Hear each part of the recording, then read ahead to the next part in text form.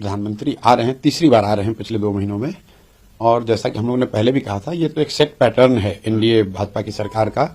जहां पर भी चुनाव होता है वहां प्रधानमंत्री सरकारी दौरे के तौर पर वहां आते हैं और पॉलिटिकल प्रचार करते हैं। बिहार में भी वो हो रहा है। हम लोगों ने मधुबनी में देखा, पूरे बिहार से पंचायती राज से चुने हुए लोगों को सरकारी खर्चे पर मधुबनी में जुटाया गया।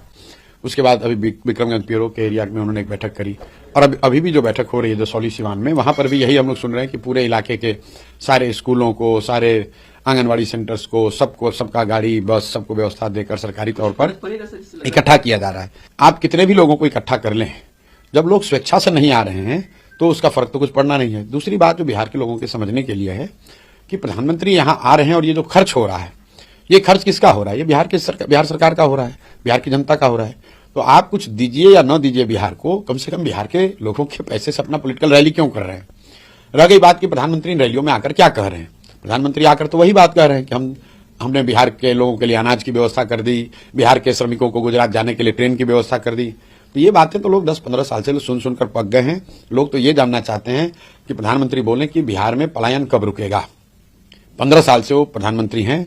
15 साल से मोदी जी के कहने पर, मोदी जी के चेहरे पर लाखों लोग बिहार में भाजपा को वोट देते हैं। आज समय है मोदी जी से पूछने का कि मोदी जी ये बताएं कि 15 साल में फैक्ट्री बिहार के बजाय गुजरात में ही क्यों लगती है, बिहार में क्यों नहीं लगती है? ऐसा कैसे है कि बिहार के बच्चे ही मजदूरी करने गुजरात में जाते हैं? कुछ लोग कहेंगे भाई यहाँ तो राज्य सरकार का ये मामला है। तो भाई राज्य में भी मोदी जी का ही सरकार है, राज्य में भी नीतीश भाजपा की सरकार है।